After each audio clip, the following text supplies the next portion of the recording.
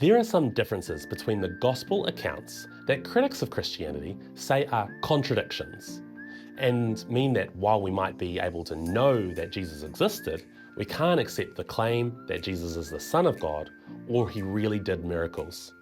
And it's generally not reliable. But while we already know that if two stories are identical, we might suspect collusion, another important thing to note that while there might be perceived differences in the Gospel accounts, these differences are well within the expected writing style of the time, and kind of actually add to the first century legitimacy. Of course, paper was not a limitless resource 2,000 years ago, and most biographies of people were written with the intention that it could be read to an audience within 2 or 3 hours. So paraphrasing events, summarising, spotlighting, and other techniques were all expected of writers of antiquities. And think, most movies nowadays are about 2 or 3 hours as well. For instance, after the resurrection of Jesus in the Gospel of Luke, it states Peter ran to the tomb, whereas in the Gospel of John, it states that Peter and John ran to the tomb. So was it just Peter, or was it Peter and John?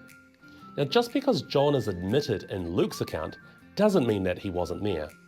In fact, slightly later in Luke 24:24, Luke writes, "Some of those who were with us went to the tomb and found it just as the woman had said, but him they did not see." So while Luke specifically mentions just Peter in the earlier verses, now he is mentioning a plurality of people visiting the tomb after the woman reported the empty tomb. So just because Luke spotlighted Peter doesn't mean John wasn't also there. It was expected of writers of ancient times, specifically in Greek antiquities, to shorten, to paraphrase, and to highlight and to spotlight key events.